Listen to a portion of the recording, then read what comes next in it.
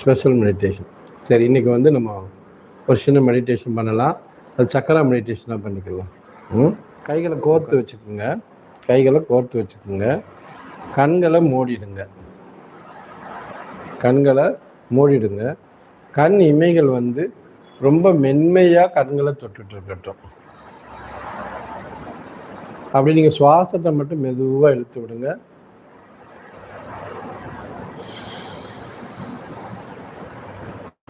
உங்களுடைய கவனம் 2 கண்களுக்கும் நடுவில் முடிஞ்சால் வச்சு பாருங்க. அப்படி வைக்க முடியலன்னா ஒரு கொஞ்ச நேரம் இடது கண்ணை நினைங்க.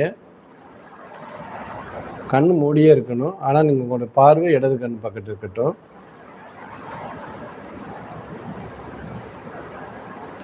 இடது கண்ணை பார்த்துக்கிட்டு மென்மையாக சுவாசம் இழுத்து விடுங்க.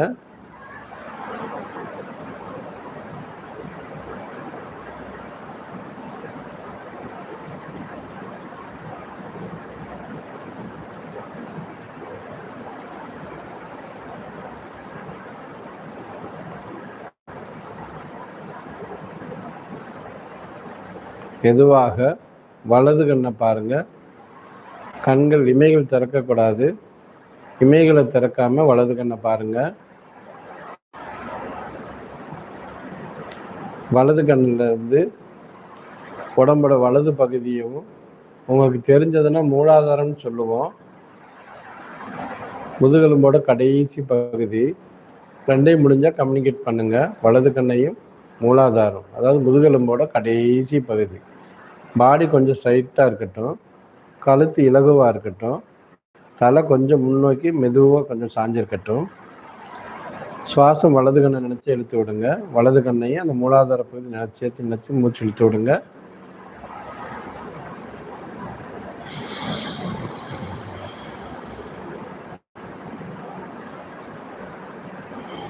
நீங்கள் வலது கண்ணையும் மூலாதாரத்தை சேர்த்து மூச்சு விடுறப்போ உங்களுடைய பஞ்சபூதங்கள் இல்லை குறைகள் இருந்தால், அதாவது இப்போ நம்ம தண்ணி லெவல் கம்மியாக இருந்துச்சுன்னா, இல்லை எர்த் லெவல் கம்மியாக இருந்ததுன்னா அதை நிறைவேற்றும், அதை ஃபுல் பண்ணி வைக்கும். இந்த நம்ம வலது கண்ணையும் மூலாதாரத்தையும் சேர்த்து நினைக்கிறப்போ 2க்கும் கம்யூனிகேஷன் கொடுத்து ஒரு மூச்சு இழுத்து விடுங்க.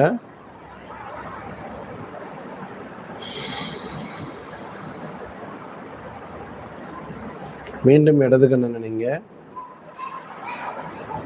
இடது கண்ணையும் முதுகெலும்போட கடைசி பகுதியிலேருந்து 2 ஹிப்புக்கும் நடுவில் பின்பகுதியில் உள்ள எலும்பை நினைங்க. சேக்ரல் போன்னு சொல்லுவாங்க. இடது கண்ணையும் சேக்ரல் போனையும் நினைங்க. அது விழா எலும்புக்கு நேராக உள்ள சென்டரில் நடுவில் இடது கண்ணையும் அந்த பகுதியை நினைங்க.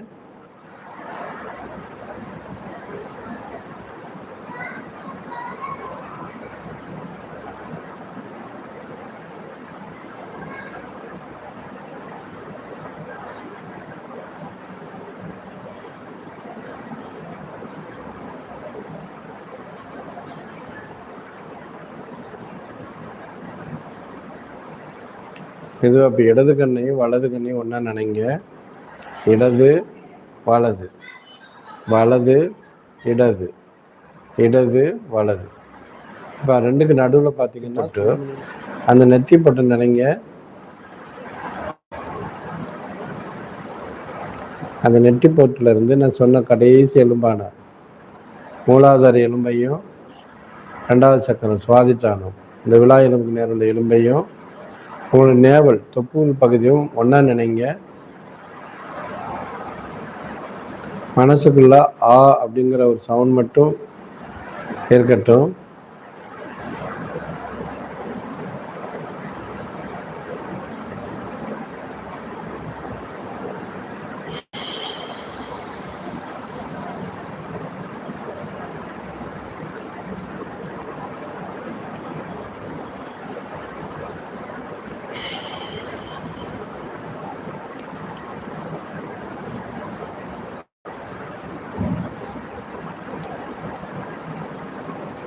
உங்களுடைய சுழிமுனை, அதாவது நெத்தி போட்டுடைய நடுப்பகுதியாகவும் மணிபூர சக்கரத்தையும் நல்லா நினைங்க.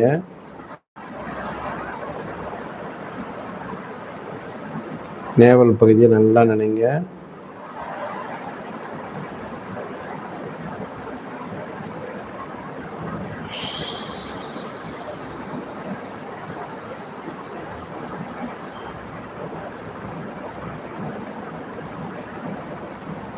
நீங்கள் உட்கார்ந்துருக்கிற பொசிஷனை நினைங்க. எப்படி உட்கார்ந்துருக்கீங்களோ உங்களுடைய உட்கார்ந்துருக்கிற பொசிஷனை நினைங்க. உங்களுடைய உடம்போட மேலுள்ள ட்ரெஸ், உங்களுடைய ஸ்கின், தோல் எல்லாத்தையும் நினைங்க.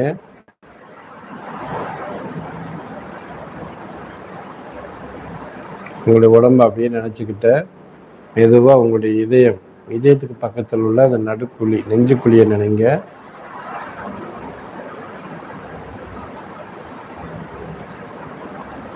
உங்கள் நினைவுகள் ஃபுல்லாக நெஞ்சுக்குழிலையும் நெத்தி பொட்டிலையும் இருக்கட்டும்.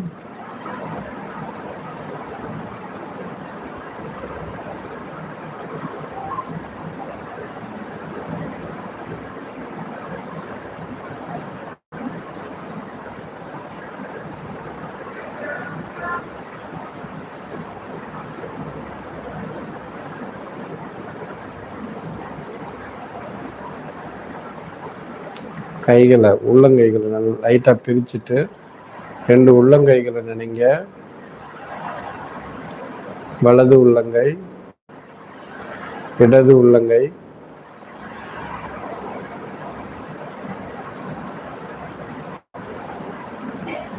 ரெண்டு கைகளை நினைங்க. தோள்பட்டையை நினைங்க. வலது தோள்பட்டை, இடது தோள்பட்டை. உங்களுடைய நெத்தி பொட்டையும் கழுத்து குழியவும் நினைங்க. கழுத்து எலும்பு பின்பகுதியவும் நினைங்க. கழுத்து எலும்போட முன்பகுதியவும் நினைங்க.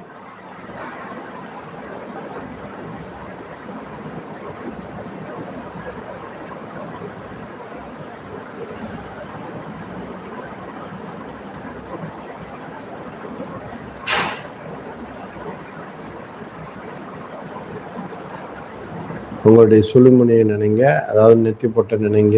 2 கண்கள் நடு மையத்தை நினைங்க.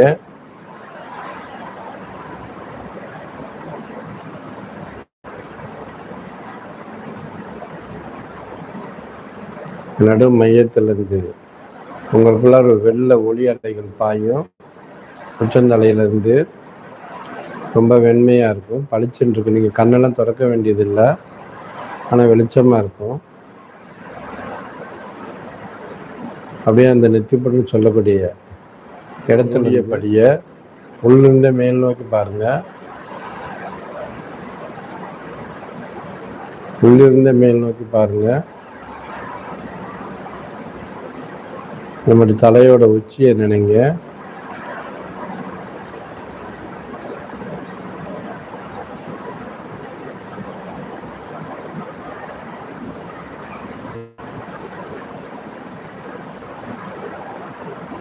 தலையோட உச்சியை நினைங்க.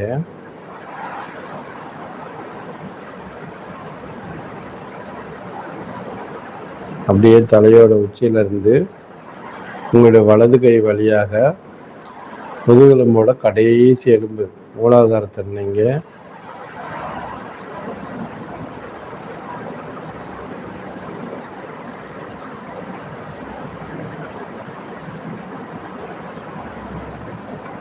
அப்படியே மூலாதாரத்திலிருந்து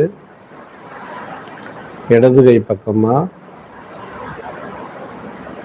இந்த நெத்தி போட்டுன்னு சொல்லக்கூடிய சுழிமனை 2 கண்களுக்கு நடுவில் நினைங்க.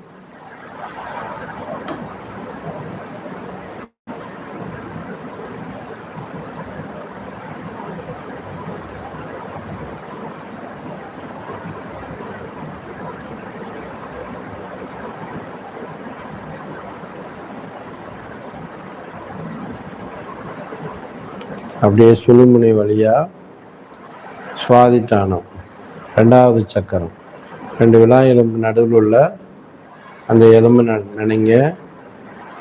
அடிவயிறு நல்லா சுருங்கும், இந்த அடிவயிறு நினைங்க.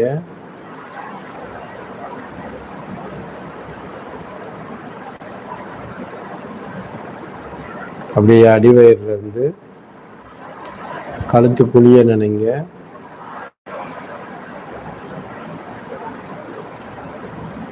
இடது கை வழியா அடிவயிறுலேருந்து ஏறி கழுத்து குளிக்குவாங்க.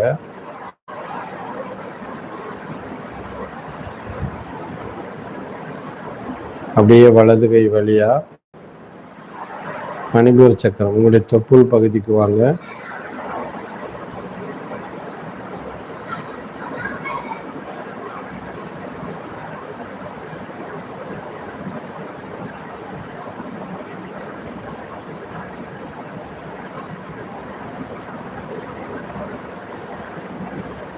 உங்களுடைய கவனம் ஃபுல்லாக சுழுமுனையும் நேவல் பகுதி மணிபூர சக்கரம் அதில் இருக்கட்டும். இந்த மணிபூர சக்கரம் உங்கள் உடம்புல உள்ள எல்லா ஆற்றல்களையும் எங்கெங்கே ஆற்றல் குறைஞ்சிருக்கோ நிரப்பி விடும். உங்களுடைய கவனத்தை நல்லா மணிபூரத்தில், அதாவது தொப்புள் பகுதியில் வைங்க. அது நேர் பின்னாடி உள்ள முதுகெலும்பு லம்பாரியல்னு சொல்லுவாங்க, அங்கேயும் வைங்க.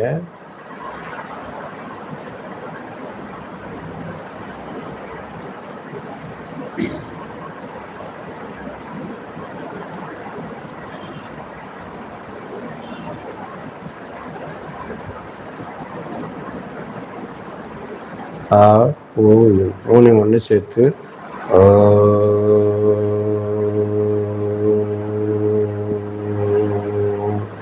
அப்படி இதயத்தை நினைங்க.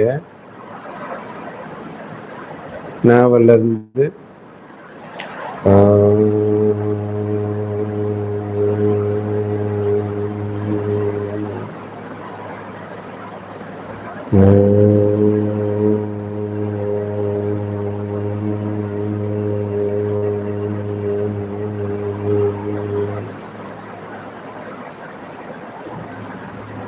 மெதுவாக உங்களுடைய சுவாசத்தை கவனிங்க. சுவாசம் நிறைய பேருக்கு இருக்காது. சுவாசம் இருந்தாலும் கனமற்று இருக்கும், ரொம்ப இலகுவாக இருக்கும். உடம்புமே வெயிட் இருக்கும், பஞ்சு போல எந்த சலனமும் இல்லாமல் உடல் ஒரு கூடாக தெரியும். நீங்கள் மட்டும்தான் இருக்கிறீங்க, விரிஞ்சு இருக்கிறீங்க. உங்களுடைய கான்சியஸ் லெவல், உணர்வு நிலை இப்போ கூடி இருக்கும். நல்லா கண்களை மூடுற கண்களை கவனிங்க. உங்களால் அழகாக கவனிக்க முடியும்.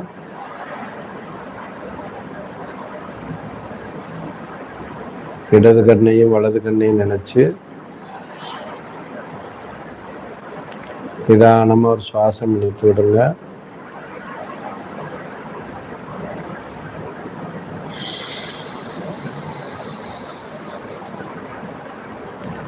தியானத்தில் இருக்கிறவங்க அப்படியே சுழுமுனையில் 2 கண்கள் நடுவில் கொஞ்ச நேரம் இருந்துட்டு அப்புறமா வரலாம். நேரங்கள் தியானத்துடைய ஸ்டெப்பை முடிக்கிறேன். வெரி சிம்பிளான தியானம். இப்போ உங்களுடைய அனைத்து சக்கரங்களும் ஆக்டிவேஷன் ஆகிருக்கு, மனம் ஆக்டிவேஷன் ஆகிருக்கு, ஜீவன் ஆக்டிவேஷன் ஆகிருக்கு, சோல் ஒரு விழிப்பு நிலையில் இருக்குது. உங்களுக்குள்ளே ஒரு புன் சிரிப்பை நீங்களே பார்க்கலாம். நீங்களே சிரித்து பாருங்களேன், ரொம்ப நீங்களே அழகாக தெரிவிங்க.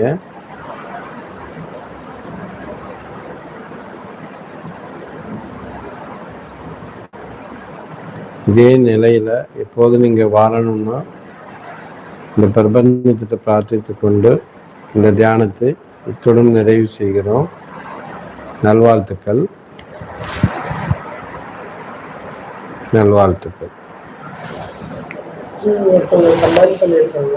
சிங்கிள் நீடில்ல டிசீஸை கியூர் பண்ண முடியுமா? சிங்கிள் நீடில் யூஸ் பண்ணி டிசீஸை கியூர் பண்ண முடியுமா? சிங்கிள் நீடில் யூஸ் பண்ணி எந்த பாயிண்ட்னு கணக்கு இருக்குது. இப்போ D20ன்னு ஒரு பாயிண்ட் இருக்குது, சகசிராமில் இருக்குது. அவங்களுக்கு பிராணசக்தி நிறைய இருந்தது அப்படின்னு சொன்னால் அந்த ஒரு பாயிண்ட் போட்டால பிராணன் கிண்ணி அங்கே கிரியேட் பண்ணும், அதாவது இடங்களை பிங்கலையை கிரியேட் பண்ணும். அது உடம்பு ஃபுல்லாக பரவும். அந்த சக்தி அவங்களுக்கு உள்ளுக்குள்ளே இருக்கணும். உள்வாங்கக்கூடிய சக்தியும் அந்த ஆற்றல் பரப்பு சக்தி இருந்தால் சிங்கிள் நீடில் சரி பண்ணலாம். ஆனால் எல்லா வியாதியும் என்ன பண்ண முடியாது, சரி பண்ண முடியாது. ஒரு மனிதன் டென்ஷனில் பிரச்சனையில் வந்திருக்கான்னா அந்த டென்ஷன் பிரச்சனைக்கு முதல்ல P6ங்கிற பாயிண்ட்டை போட்டு அவனுடைய டென்ஷனை குறைச்சிட்டு அதுக்கு அடுத்து தான் நம்ம அடுத்து வியாதிக்கு போக முடியும். அடுத்து வரப்போறப்ப கழிவு காற்று நிறையா வச்சுருப்பாங்க, அபானம். அந்த காற்றை வெளியேற்றுறதுக்கு LI11 ஒரு பாயிண்ட் இருக்குது. அந்த பாயிண்ட்டை போட்டு அதை வெளியேற்றிட்டு அதுக்கப்புறம் D20ங்கிற ஒரு பாயிண்ட் போட்டால் தான் D20க்கே ஃபங்க்ஷன் நல்லாயிருக்கும். அதனால் மேக்ஸிமம் சிங்கிள் நீடில் க்யூர் அப்படிங்கிறது ரொம்ப கஷ்டம். எங்கேயாவது ஒரு இடத்துல நடக்கும். அவ்வளோதான். நல்வாழ்த்துக்கள். வேறு கொஸ்டின் இருந்தால் கேளுங்க. நல்வாழ்த்துக்கள். முடிச்சுக்கலாமா? இன்ட்ரெஸ்ட் உள்ளவங்க இந்த வகுப்பு சம்மந்தமாக இதில் கேள்விகள் கேட்கலாம். வகுப்பில் சேர நினைக்கிறவங்க வகுப்பில் சேரலாம். இப்போ பிரபஞ்ச கிளாஸ் போய்கிட்டு இருக்கு. இந்த வர சண்டே 2வது வகுப்பு நடைபெறும். சேர விரும்புபவர்கள் சேர்ந்துக்கலாம். நல்வாழ்த்துக்கள். இந்த வீடியோ உங்களுக்கு பிடிச்சிருந்தா லைக் பண்ணுங்கள், ஷேர் பண்ணுங்கள். உங்களுக்கு ஏதாவது சந்தேகம் இருந்தால் கமெண்ட் செக்ஷனில் கமெண்ட் பண்ணுங்கள். இன்னும் இந்த சேனலை சப்ஸ்கிரைப் பண்ணாமல் இருந்தீங்கன்னா சப்ஸ்கிரைப் பண்ணிக்கோங்க.